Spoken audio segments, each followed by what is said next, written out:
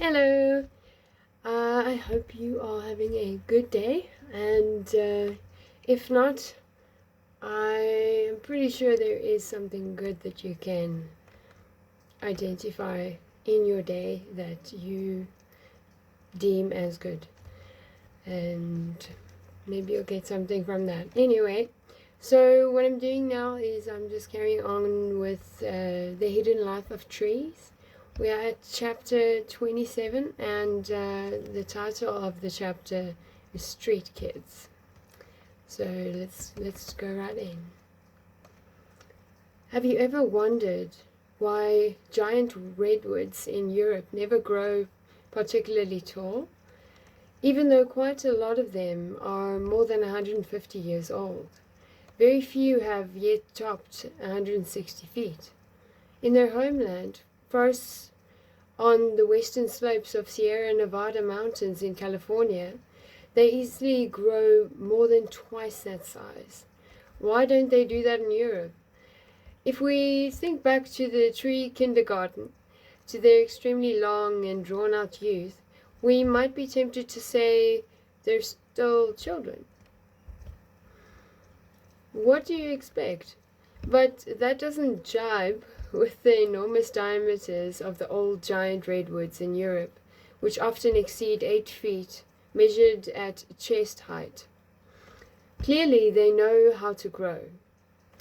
They just seem to be putting their energy into growing in the wrong direction. Their location gives a clue as to why this might be the case.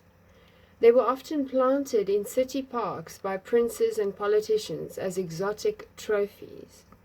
What is missing here, above all, is the forest, or more specifically, relatives. At 150 years old, they are, when you consider a potential lifespan of many thousands of years, indeed only children, growing up here in Europe far from their home and without their parents. No uncles, no aunts, no cheerful nursery school. No, they have lived all their lives out on a lonely limb. And what about the many other trees in the park? Don't they form something like a forest, and couldn't they act like surrogate parents? They usually would have been planted at the same time, and so could offer the little redwoods no assistance or protection. In addition, they are very, very different kinds of trees. To let lindens, oaks, or beeches bring up a redwood would be like leaving human children in the care of mice, kangaroos, or humpback whales. Wow. It just doesn't work. And the little Americans have had to fend for themselves. I don't quite know what that means. No mother to nurse them or keep a strict eye out to make sure the little ones didn't grow too quickly. No cozy, calm, moist forest around them. Nothing but solitude. And if that weren't enough, in most cases the soil is a complete disaster. Whereas the old-growth forest offers soft, crumbly, humus-rich and constantly moist soil for their delicate roots, European parks offer hard surfaces that have been depleted of nutrients and compacted after years of urbanization. What's more, members of the public like to walk up to the trees, touch their bark, and relax in the shadow of their crowns. Over the decades, constant trampling around the base of the trees leads to further soil compaction, which means that rain drains far too quickly, and in winter, the trees cannot build up a supply of water to last the summer. The mechanics of planting also haunt the trees for the rest of their lives. They are kept alive and handled in nurseries for years before being moved into their final locations. Every fall, their roots are trimmed to keep them compact in the nursery beds so that they can later be moved more easily. The root ball, which for a 10-foot tree grows to about 20 feet in diameter if left to its own devices, and is cut back to about 20 inches. And to make sure the crown doesn't wilt from thirst thanks to the root reduction, it too is heavily reduced. All this is done not to improve the health of the tree, but simply to make it easier to handle. Unfortunately, when the roots are pruned, the brain-like structures are cut off along with the sensitive tips. Ouch. After that, it is as if this interference, interesting misread there. It is as if this interference makes the trees lose their sense of direction underground. They stop growing roots down into the soil and form a flat plate of roots near the surface instead, severely restricting the tree's ability to find water and food. At first, the young trees don't seem to mind. They stuff themselves with sugary treats because they can photosynthesize as much as they like in full sun. It's so easy to get over the loss of a mother's tender care. Maybe for trees it might be easy. I'm not a scientist or expert in that area, but I can say definitely for humans, it is not easy. For anyone, when your mom is your mom, so give her some love if she's still around. Those are precious memories, and I'm sorry if you don't have your mom anymore, but yeah, everything will be okay. And if you can just sort of try and keep that presence alive in your memory, and by that I mean a couple of things, but to keep the essence of their life and the memories that you hold with you, and at certain points sort of bring them up and cherish them. But yeah, I could go on and on. It's just, because I guess I just want to say that it's okay, that it's not easy for humans specifically to get over the passing of their moms. But you can, through the grieving process, through support and through taking care of yourself as well as, perhaps going for therapy and just safely going through the grieving process, you will be okay. Okay. And in the earlier years, the water problems in a rock-hard soil are barely noticeable. Sorry for that pause. I had to clear my throat. After all, the saplings are being lovingly cared for and watered by gardeners when they get dry. But above all, there is no strict discipline. No take it easy, no just wait a couple of 100 years, no punishing light deprivation if you don't grow up really straight.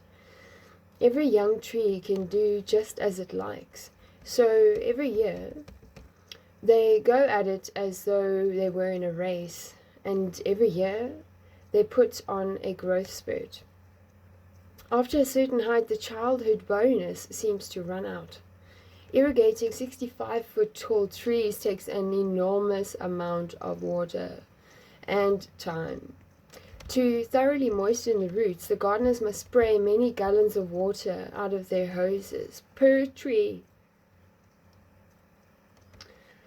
And so one day, the care simply stops. That's true.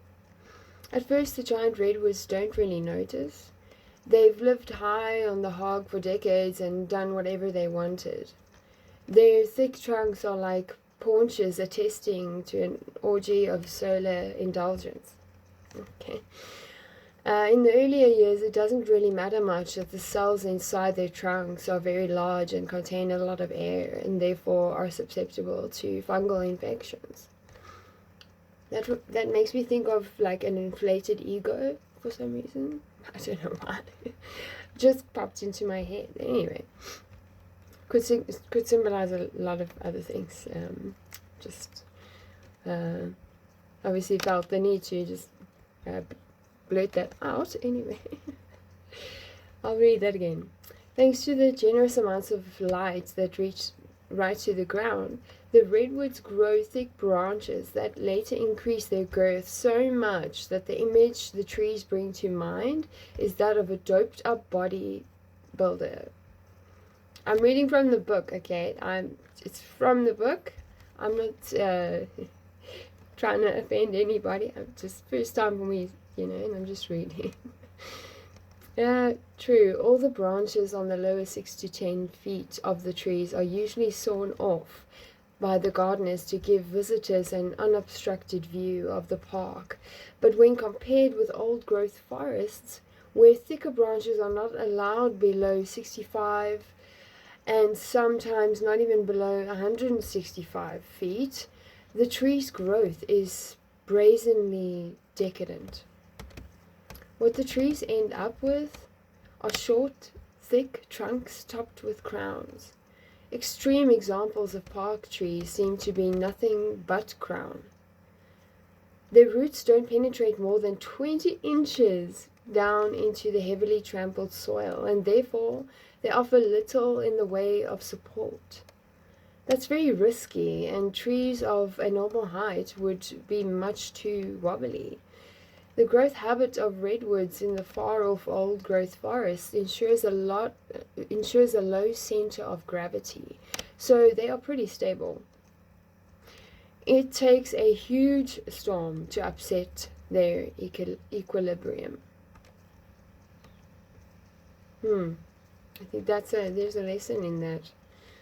The growth habit of redwoods in a far-off old forest ensures a lower center of gravity, so they are pretty stable.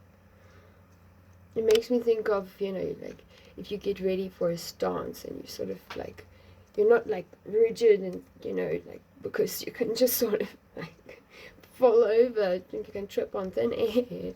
But if you kind of have a stance that if you lower your center of gravity, you can move much more swiftly and much more reliably in the way that you don't necessarily fall down like some plank or something like that. And a good way of like understanding this from my experience is dancing, especially modern contemporary dance. But many other types of movements as well. And, it's very, for life, I think, something we can be very appreciative of is the law of gravity.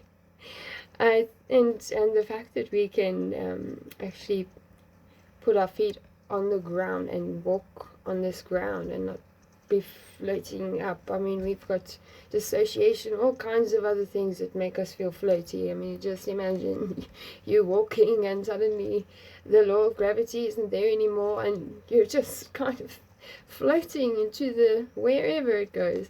That's maybe a bit abstract, but it's just, anyway. So then it says, it takes a huge storm to upset their equilibrium. And so I mean, there it just highlights the importance of I think knowing your core, developing your core, and having grounding practices along with that, that also have sort of like a flow or a movement or a flexibility element on that, or with that, or along with that conceptually, or however you want. But I think if at least breathing, and and then it's just developing those things just to get not only a sense, but like an active stability. And by active I mean that you can actively live that out and embody that and integrate that into different levels of your being, your mind, your understanding, your body, all that stuff into reality and beyond and back and in your dreams, everything. But yeah, I mean, I think you can understand what I'm saying. And yeah, and nowadays, the we are encountering storms of life, and it's so important to take up a practice or get knowledge and understanding, at least, or some sort of realistic awareness of of the importance of being somewhat prepared, or being open to being taught how to sort of get the principles of preparedness in place, at least, just some education on that, so that when in a storm you're either already prepared, or you at least have some like safety stores of knowledge which you can hopefully remember and implement, in that SOS emergency moment. But then I think also, along with sort of time and preparedness and experience going through different storms and learning how to navigate them, and also, along with that, not having to do that alone, and at least having some kind of support or some kind of guide or person who can speak into your life and sort of say to you certain truths and tell you some of your blind spots that you can't see, and share with you a perspective that they see as valuable and important, especially that's got to do with your life and your ability to be able to not only withstand storms, but eventually sort of surpass that person, and then yourself become someone that can be a voice for someone else. Because, yeah, I mean, sometimes you do fall down in a storm, and there's this sort of there's something really powerful about being prepared, but also having someone that you can trust, and who can speak into your life, and you can also through a relationship type of through a relationship with another person, be able to gain more understanding than you would have had if you were only by yourself. And I think in the nowadays, in these times, I think that things have moved into a place where it's really it's really not sustainable. It's not wise. It's not an ideal of any kind. It's not safe even to try and go at this alone, to try and navigate everything by yourself, navigate the storms by yourself and things like that, and this whole fellowship, relationship, partnership, union, community, just all grouping, and just having some support that you can also support, and there's feedback, and there's it's like there's some kind of circulation that helps keep the heart of everything pumping, like all collectively. But yeah, now I'm really like off on a tangent. I can feel the the rest of it wanting to come, and I think that's maybe a little bit inappropriate right now as I'm trying to actually read this chapter, and I don't think that I'm doing a very good job, but I apologize. At the same time as I don't think I'm going to redo this, because I don't know, I think that right now in this moment I am feeling some joy, and yeah, I think that that's I think that that's better left shared than kept to myself in this moment anyway. Okay. Once European redwoods have passed the 100-year mark, the trees are now the age of school children. That's the end of easy living. The topmost branches wither away, and no matter how hard the trees try to grow up again, they have reached the end of the road.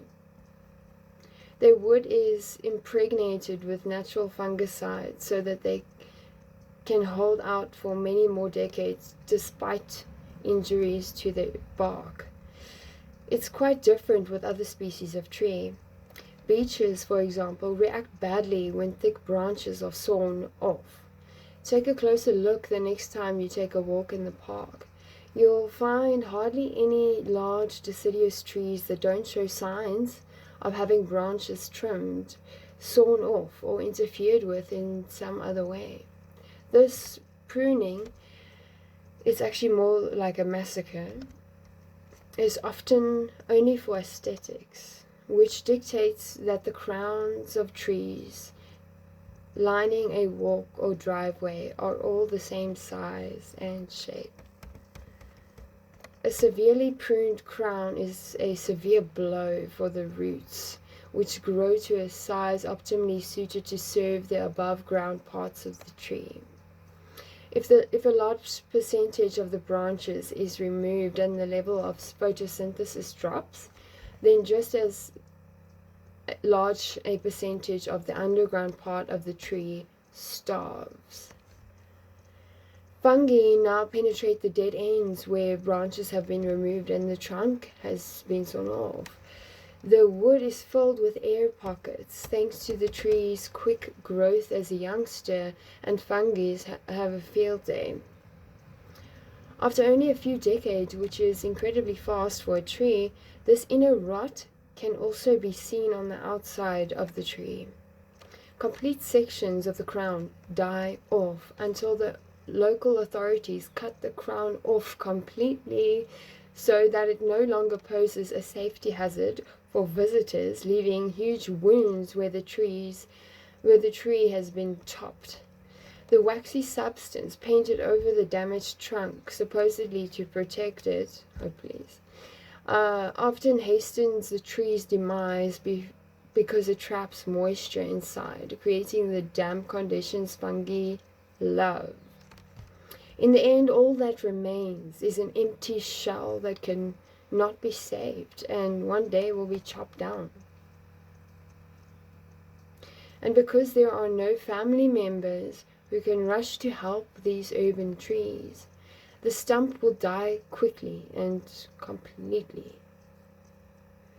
A little while later, a new tree will be planted and the drama will begin all over again.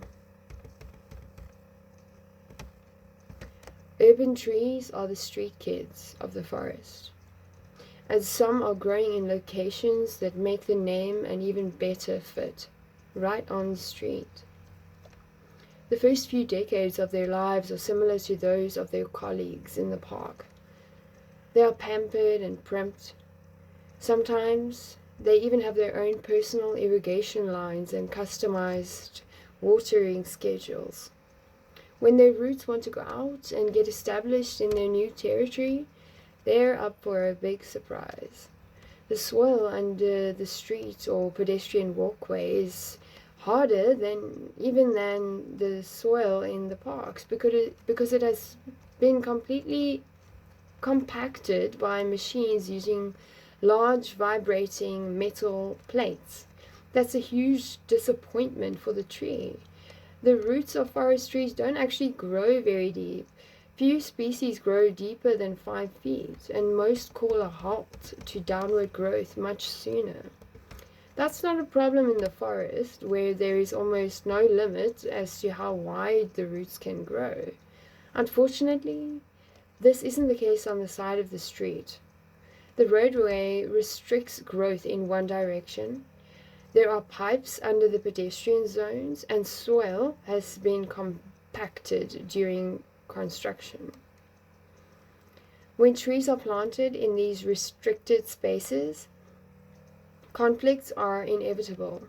In such places, plane trees, maples, and lindens like to feel out underground wastewater pipes. We notice the damage when the next storm comes and the streets fill with water. Then specialists armed with root probes investigate to see which tree caused the blockage. As if it's the tree's fault. My gosh, that's silly. The culprit is sentenced to death for its excursion under the sidewalk and into what it thought was paradise. That's messed up. The offending tree is cut down and its successor is planted in a built-in root cage to discourage such behavior in the future. Yo.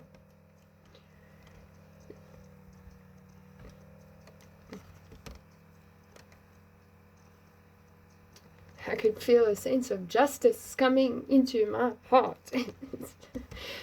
Okay, sure. And I when I read that, I can think of no scenario at all where that is okay. At all. Just, yeah. Why do trees grow into pipes in the first place? For a long time, city engineers thought the roots were somehow attracted by moisture seeping from loose connections between the pipes or by nutrients in the wastewater. However, the results of an extensive applied study by the Ruhr University Bochum point in a completely different direction. The study found the roots in the pipes were growing above the water table and did not seem interested in extra nutrients. Well, I mean, yeah, especially not from wastewater. Ugh.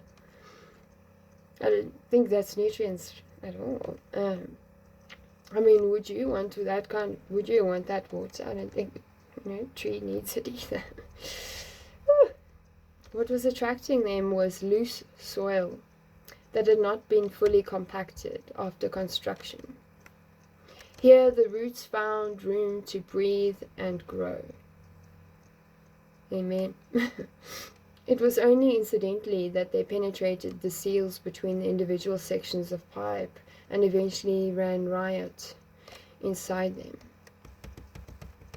It's just giving me a sense of how pure trees are. That's really something that I think that adds value to their beauty and their function and their role and their purpose in life, and what they contribute to nature, and how nature just loves us without, and yet, what do we do to nature? And then there's this whole, I've got a slightly, the whole nature nurture thing. I'm sure you've heard of that, but I didn't go look up what that meant, but for me, I like the sound of those words: nature, nurture, and nurture, nature. And those, if you do those things together, there's like some type of reward, and like there's this almost like a relationship, almost like just your cooperation and support and all that jazz. But like, yeah, it's and that's I'm gonna put another end to it. It's like, and that's like natural, and I think that in some sense that's maybe something that we can long for sometimes. Just the natural, just being natural, being without makeup, being bare, being just free, or just, yeah, just being yourself, not pretending, just being, just, not with pressure, especially pressure from yourself, and that need to fit into some sort of standard. And I think that maybe, the link we have to our more pure nature, or then our naturality, can I call it that? The natural part of ourselves, which I think can make one feel less insane sometimes, and one can certainly get some sort of freedom or liberation in that. And I think that when you drop any sort of pretenses, and I don't mean that in a bad way, I think, we all sometimes put up a guard, or we dress in a certain way, or when we go to a certain place, and we try to adhere to standards and things like that, and there's like just so much going on there. It's very chaotic, and like I think often I don't know if you've ever felt like some sort of like chameleon or that you have to sort of adapt like a chameleon does, but like a psychedelic tripping, like choppy chameleon that is just like, now change like this, change like that, and you just need to like I don't know, it's dizzying. And yeah, I don't know how I'm getting there, but yeah, there's a lot more underlying my words that I could or could not, not sure, possibly explain. But I think what I'm just trying to talk about is like the extra layers we put on ourselves can maybe separate our feeling, or it can weaken that link that we may have to that aspect of ourselves, and our aspect that we feel in common with nature, which is like just natural and pure. And yeah, maybe saying the word natural so many times is annoying, because I think it's possible that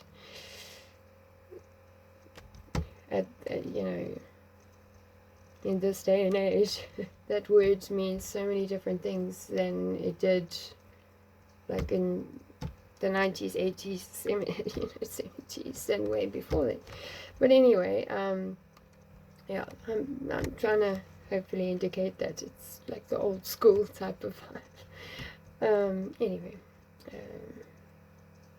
but I think that a lot of people are sort of getting the signals and pursuing that, and they feel maybe a call to nature, or call to go into a forest, or like go and do the all natural type of things. And I think a lot of people and a lot more people sort of are finding that really does provide some sort of rejuvenation and sort of a re-energization of the senses. It's like the opposite form of shock therapy. It's like it's anyway. This is so, I'm going on and on and on. Oh, I'm sorry. It's just like I'm just. I think it could be possible that I'm trying to compensate in some way for like this chapter in which where it's really not nice to kind of read these things and I don't know, I just feel, I feel, yeah, it doesn't feel nice, and it feels like there's both a feeling of like, I can relate, and then there's also like this huge like feeling of care mixed with just like a justice type feeling, or like, you know, that feeling that you just want to do something to help.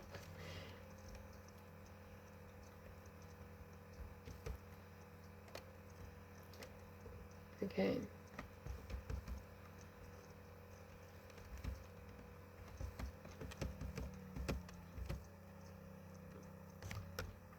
There is no remedial support for the trees, only for the pipes, which are now reburied in especially well tamped down soil so that the tree roots can no longer find a footing there. Are you surprised that summer storms topple a particularly large number of street trees? They're puny underground anchoring systems which in nature could cover more than 700 square yards and are now restricted to an area shrunk to a tiny percentage of that, are not capable of supporting trunks that weigh many tons. Of course not. But there is even more these tough plants have to bear. The urban microclimate is heavily influenced by heat-inducing asphalt and concrete, whereas forests cool themselves on hot summer nights. Streets and buildings radiate the heat they soaked up during the day, keeping temperatures elevated. Radiated heat makes the air extremely dry. Not only that, but it's full of exhaust fumes. Yeah. Many of the companions that look after trees while being in the forest, such as the microorganisms that make humus, are missing. Mycorrhizal fungi that help collect water and food are present only in low numbers. Urban trees therefore have to go it alone under the harshest conditions. As if that were not enough, okay, they also have to deal with unsolicited extra fertilizers. Okay. Above all from dogs, which lift their legs at every available trunk. Was not expecting to read that, okay. Their urine can burn bark and kill roots. Winter salt leads to similar damage. Depending on the severity of the cold, salt is sometimes applied around the trees at a rate of 2.2 pounds per square yard. In addition, the needles on conifers, which are still attached to the branches in winter, have to deal with the salt spray thrown up by car tires. At least 10% of the salt ends up in the air and falls back down on trees, among other resting places, where it burns the foliage. These painful injuries show up as small yellow and brown spots on the needles. These burns reduce the tree's ability to photosynthesize and the next summer, and therefore weaken the trees. Weakness equals pests. It's easier for scales and aphids to strike because street trees have limited resources they can put forward to defending themselves. High urban temperatures are a contributing factor. Hot summers and warm winters favor the insects, which survive in larger numbers. In Central Europe, one species constantly makes headlines because it is a menace to the human population as well. The oak processionaria. What? The oak. Sometimes it's very annoying when. So there's like this little bug. Very annoying. This little bug in South Africa, we call it a muggie. I don't know what it's called in English at all, and have never felt the need to learn that. And you know, I think that I've asked a few people in my lifetime, what is that? What is that in English? And nobody really knows yet. It's like, and we just know that's a muggie. Muggie, okay. Yeah, and let me just try oak processionary. Okay. Oh, okay, that's a moth's name. Oh, no, okay. This moth gets its name because after feeding in the crown, its caterpillars crawl nose to tail down the trunk in long lines. They protect themselves from predators using thick webs where they retreat to molt as they grow. People fear the little pests because they are covered in fine stinging hairs which break off when you touch them. Why do you go and touch them? And make their way under the skin. Like stinging nettles, they release substances that itch and cause welts and can even trigger acute allergic reactions. Okay, yes, well, that's happened to me, definitely. Okay, understandable. The stinging hairs on the shed skins remain hanging in the webs and can inflict damage for up to 10 years. In urban areas, the arrival of these insects can spoil a whole summer, yet ultimately, they are not the ones at fault. Okay. The oak processionary is relatively rare in nature. Just a few decades ago, it was on the list for critically endangered species, and now everyone everywhere wants to get rid of them. Population explosions have been described for more than 200 years. The German Federal Agency for Nature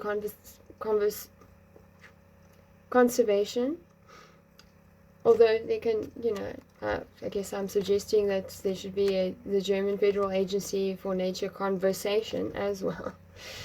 I think that would actually be helpful. They can work with the nature conservation. Doesn't attribute these infestations to climate change and rising temperatures, but to the presence of attractive food sources for the moth. They love warm crowns drenched in sunlight. In the middle of the forest, these are hard to find. A few oaks that grow in the forest are mixed in with beeches, and only their topmost tips reach the light. In the city, however, oaks stand out in the open where they are warmed by the sun all day long. The caterpillars love this. And as the whole forest in urban areas offers such perfect conditions, it's no surprise that there are population explosions, which are a stern reminder that oaks and other species growing along the streets and between houses have to fight for their lives. If you just go into imagination for just a few seconds and just imagine yourself in the place of one of these street trees.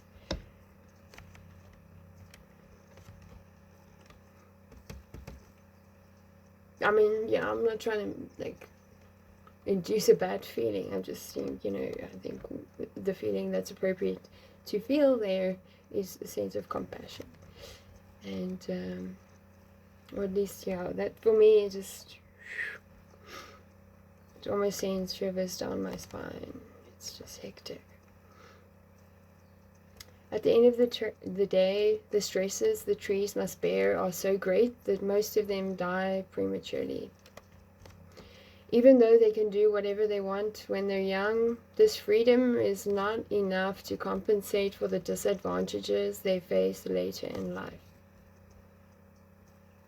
One consolation is that because streets and pathways are often planted with rows of the same species of trees, at least they are able to communicate with other members of their species.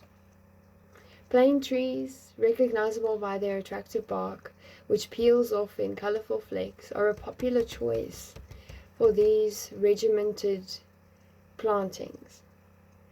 Whatever it is these street kids talk to each other about through their sent mail, and whether the tone of these messages is as rough as their lives, the street gangs are keeping this information strictly to themselves. Okay, that's the end of that chapter. Wow, that's I think, that was hectic. Yeah. Oh, wow. Okay. Brace yourselves.